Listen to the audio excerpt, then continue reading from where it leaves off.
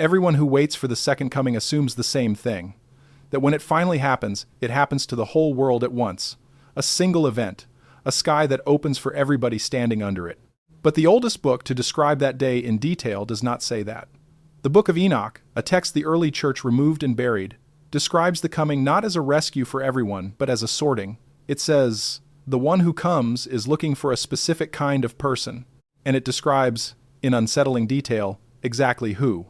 To understand why that matters, you have to understand which part of Enoch says it, because it is not the part everyone talks about. The Book of Enoch is not one book. It is 5, bound together, written across centuries. The section people quote most, the one about the fallen watchers, the sea prison, and the flood, is the Book of the Watchers, chapters 1 through 36. 11 copies of that material turned up in the Dead Sea Scrolls at Qumran in 1947. Fragments catalogued 4Q201, 4Q202, and 4Q204, all of it Aramaic, all of it older than most books that stayed in the Bible. A separate cluster, 4Q208 through 4Q211, preserves the astronomical book, Enoch's calendar of the sun and the moon. But the section that describes the coming, the throne, and the figure who sits on it is a different section entirely.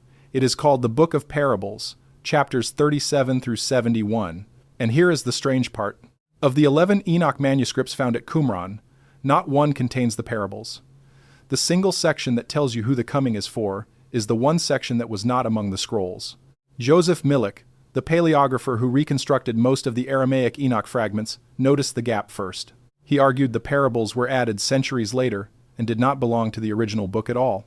Other scholars pushed back hard. Dr. George Nicholsburg, whose Fortress Press commentary on Enoch is the standard scholarly edition, dated the parables to the 1st century before Christ and argued they are thoroughly Jewish, written before the church even existed to add anything to them. Dr.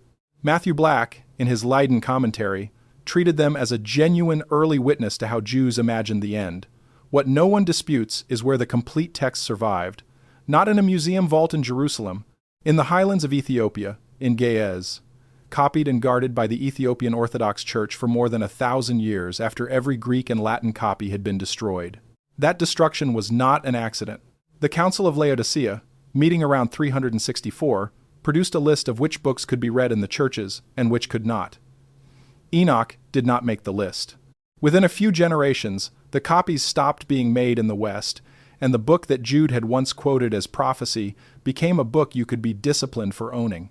It survived in exactly one place because exactly one church refused the order. That one church kept more than the words. It kept the frame around them. In the Ethiopian tradition, the same manuscripts that preserve Enoch sit beside the Kebra Nagast, the national epic that treats Enoch's line as living history rather than banned heresy. The oldest complete Ge'ez copies were held at Axum, recopied by hand generation after generation, which means every modern translation of the parables, every scholarly edition, every quotation you will hear in this video, traces back through that single unbroken line of Ethiopian scribes. Cut that line and the description of who the coming is for disappears from the earth. It nearly did. And before we go further, I need to pause for a second, because what I'm about to tell you gets significantly darker. And I realized a while ago that some of this cannot be fully explained in a video format.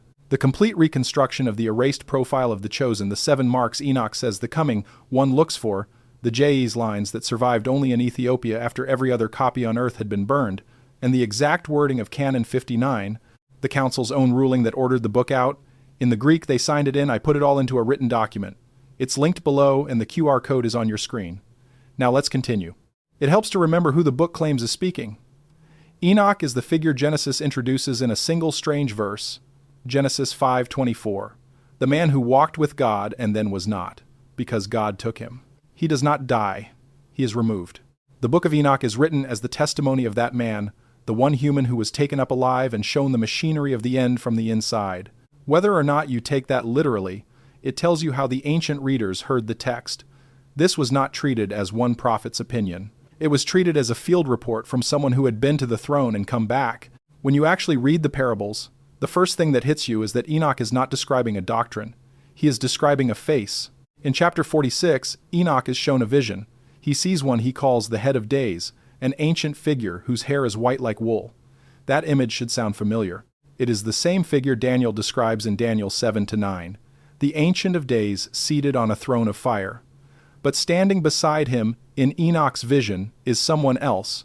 Enoch 46-3 describes a second being whose face had the appearance of a man, and Enoch asks the angel who it is.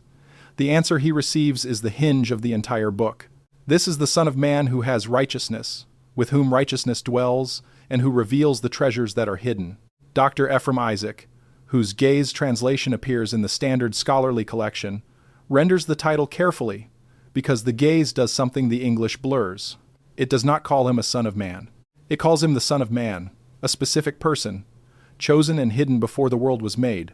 Dr. Michael Knibb, whose 1978 Oxford edition remains the reference text for English readers, points out that the parables in Daniel 7 are describing the same courtroom from two different seats, and that scholars still argue over which text shaped the other.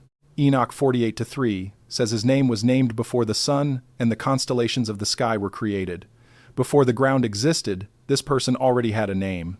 Enoch 48-6 says he was chosen and hidden in the presence of God before the world was created, kept in reserve for the day he would be revealed.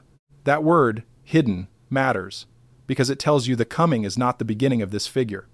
It is the unveiling of someone who was there the entire time, waiting, holding a list. The parables give this figure more than one title, and each one narrows the picture. He is the righteous one, because righteousness is the thing he carries. He is the chosen one, or the elect one, the same root the text uses for the chosen people who belong to him, so that the group is literally named after the man. And he is a light to the nations, Enoch 48-4, which tells you the door is not closed by ancestry. The dividing line the parables draw is not Israel against the nations. It is the faithful against the mighty in every nation, sorted by the same standard. Now hold that image, because the parables do not leave him standing there. They put him on a throne, and they describe what happens when he sits down. Enoch calls it the throne of glory. Chapter 62 opens with the kings and the mighty and the ones who possess the earth being commanded to look at the one seated there, and the text is precise about their reaction. Enoch 62-5 says pain will seize them when they see that Son of Man sitting on the throne of his glory, not fear of a stranger, recognition. They see him, and they understand in that instant exactly who he is and exactly what they did. Enoch 62-2 says the Lord of Spirits seated him on the throne of glory, and that the word of his mouth slays all the sinners. The judgment is not a trial with lawyers. It is a word spoken from a face, and the sentence is carried in the speaking of it. What they do next is the part the church did not want taught in plain language. The kings and the mighty do not repent, they beg. Enoch 63 describes them pleading for a moment, one single moment, to fall down and worship and confess. They admit, in their own words, that they trusted their thrones and their power and never once acknowledged the source of it, and they are refused. Enoch 62-9 says they will fall down before him and will not rise again. The ones who ran the world, who held the power, who owned the ground, are turned away at the door of the very kingdom they assumed was built for them. Enoch 63-10 gives their final line, and it is one of the most human moments in the entire book. The kings say their souls are full of unrighteous wealth, and that this wealth cannot save them from being handed over. The silver they trusted cannot buy the one thing they now want.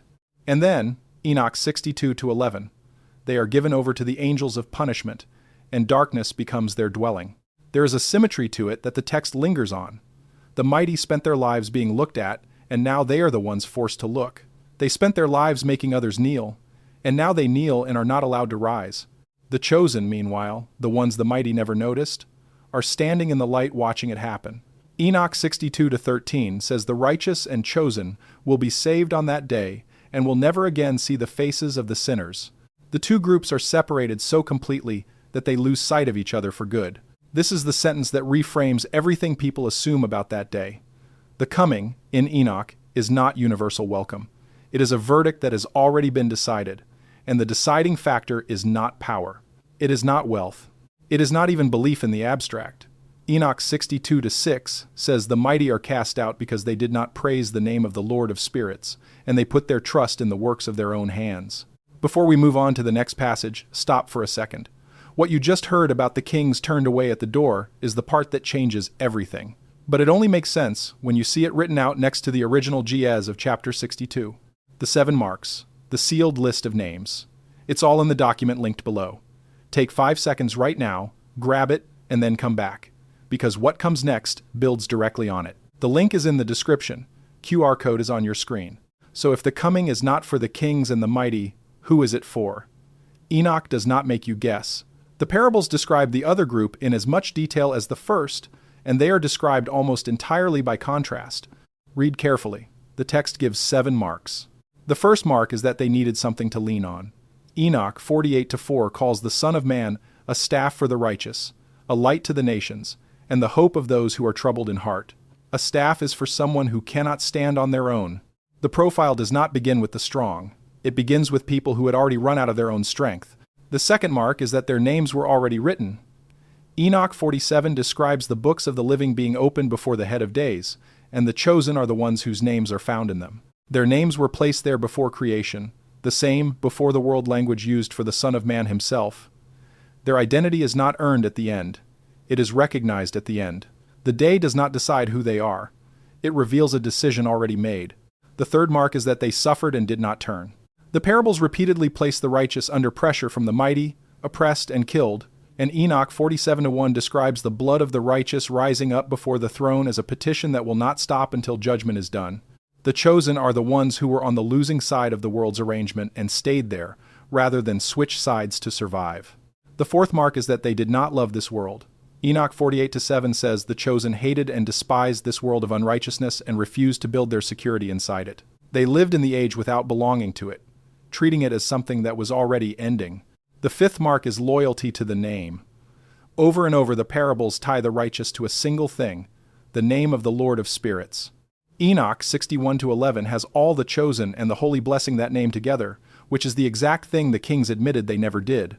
Where the mighty praised themselves, the chosen praised the name. That is the line the verdict is drawn along. The sixth mark is light. Enoch 38:2 says that when the righteous one appears, the light will belong to the chosen, and the very same day is darkness for everyone else. The event does not change. The reception of it splits in two. One coming, one sky, and two completely different experiences of standing under it. The seventh mark is where they end up. Enoch 62:14 says the righteous and chosen will eat and lie down and rise up with that Son of Man forever. And Enoch 39:4 shows Enoch being taken to see their dwelling places, resting under the wings of the Lord of spirits. The chosen are not just spared. They are seated at the same table as the figure on the throne. Put those 7 together and you have a profile that has almost nothing to do with status and everything to do with allegiance under pressure. Enoch is not describing good people in a vague, sentimental sense. He is describing a specific posture. Loyalty to a name, held by the powerless, kept through suffering, written down before any of them were born. It is not hard to see why a book like this made institutions nervous. The parables put a second figure on a throne next to God and called him the Son of Man, which to later readers looked dangerously like 2 powers in heaven. And on the ground, the book did something even more uncomfortable. It told kings and the wealthy and the powerful, to their faces, that the coming was not built for them. A text that hands the future to the oppressed and shuts the door on the establishment is not the kind of text a state church circulates without a fight. Removing it was never only about doctrine. It was about who the story flattered. For most of Christian history, the coming has been preached as a rescue, and it is, for the group Enoch describes. But the same event, told from the other chair, is a reckoning. Both are in the text. The parables refuse to let you hold one without the other. You cannot have the light without the darkness on the same day, because they are the 2 halves of a single verdict. Notice that not one of the 7 marks is an achievement. Not wealth, not power, not lineage, not even certainty.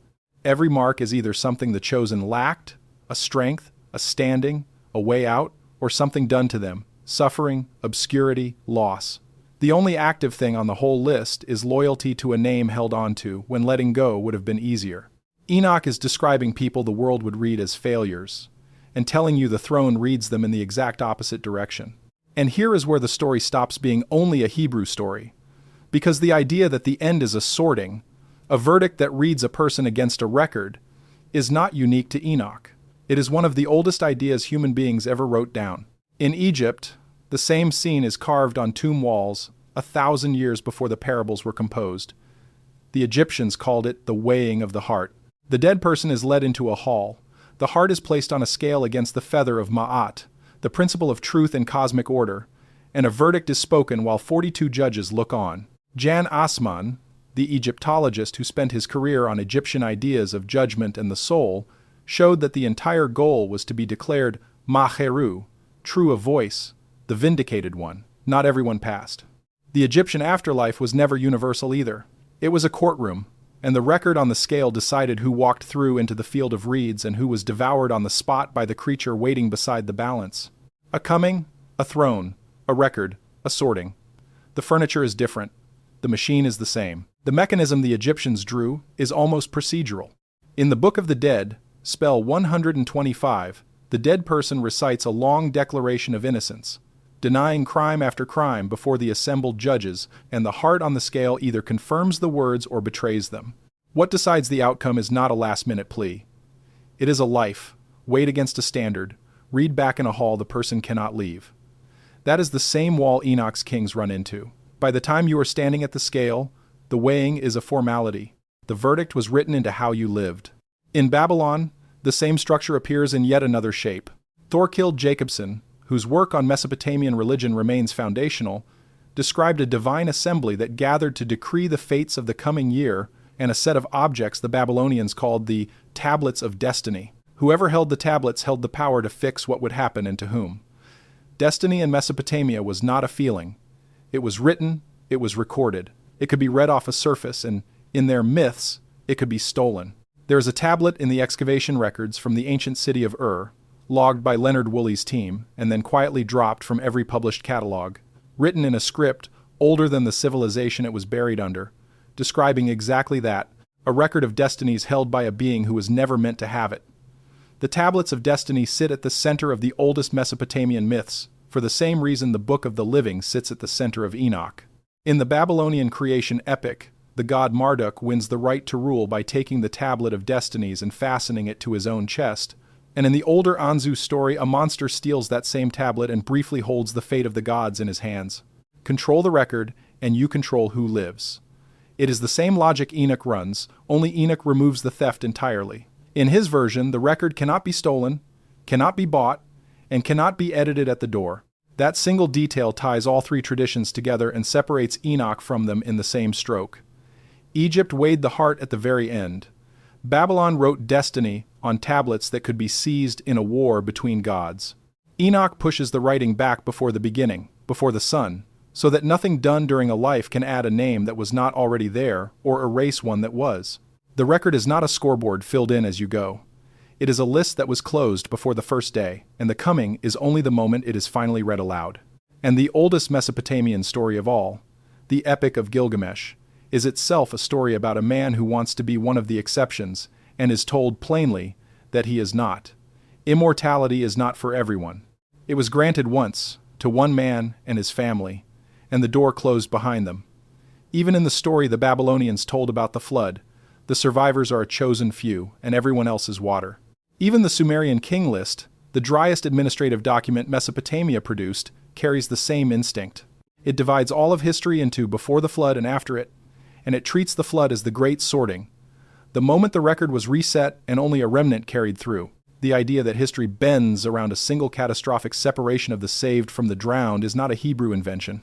It is the shared memory of the whole region, written in 3 scripts, in 3 languages, pointing at the same event. 3 traditions: Hebrew, Egyptian, Babylonian.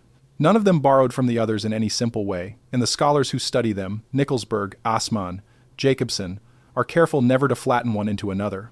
But all 3 describe the same machinery: a coming, a throne or a scale, a written record, and a sorting that most people do not survive. The instinct is older than any single religion. The end is a reading of names. What changes from one culture to the next is only who holds the pen and when the writing happens.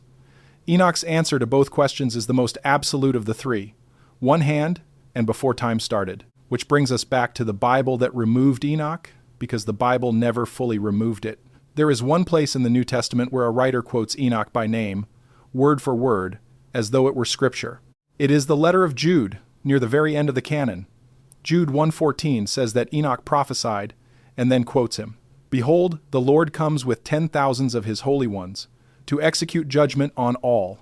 That line is Enoch 1-9, the opening of the very book the church would later vote out. The one direct quotation of Enoch that survived inside the Bible is a quotation about the coming in judgment. And the canon keeps the same shape everywhere you look. In Daniel 7:13, one like a son of man comes with the clouds to the Ancient of Days and is given a kingdom. The exact scene Enoch expands into the throne of glory. In Malachi 3:16, a book of remembrance is written for those who feared the name, and the next verses split the world into the ones who are spared and the ones who are not, a written record and a sorting centuries before Enoch's Book of the Living. And in Matthew 24-40, describing the day of his return, the words are that 2 will be in the field, 1 is taken and 1 is left. Not everyone, 1 and 1. A sorting, on the same day, in the same field, out of the same event. Luke tells the same scene with a second pair, 2 lying in one bed, 1 taken and 1 left, and the disciples ask the obvious question, taken where? The answer they get is not comforting. Revelation 20:15 then describes a book of life opened at the very end, and anyone whose name is not found written in it is cast out, which is Enoch's Book of the Living wearing a Greek name. The record survives all the way to the last page of the canon, even though the book that described it most clearly did not. The language people read at funerals is the same language Enoch used at the throne. A single coming, received 2 completely different ways, depending entirely on the record and the name. It is worth sitting with how uncomfortable that is, because it cuts against the version most people were handed. The comforting version says, the door is open to anyone who shows up. Enoch's version says the door opens onto a room that was furnished a long time ago, with a guest list written before the first morning. That does not make the coming smaller. It makes it exact. It is aimed, and the people it is aimed at are not the ones the world would have picked. So the question the Book of Enoch actually leaves you with is not when, it is not even whether. It is which group the text would place you in if it read you the way it reads the kings and the mighty and the righteous and the chosen. Because Enoch does not describe the coming as an arrival, he describes it as a recognition. The one who comes already has the names. They were written before the sun. And the day itself, the same sky, the same throne, arrives as light for the ones it was written for, and as something else entirely for everyone who only assumed it was written for them. That is the whole warning and the whole comfort folded into a single line. The comfort is that the list exists at all. The warning is that assuming your own name is on it, without ever asking what the throne is actually looking for, is precisely the posture Enoch assigns to the kings. The chosen never assumed. They only held on, then waited for the day to tell them what all of that holding had been for.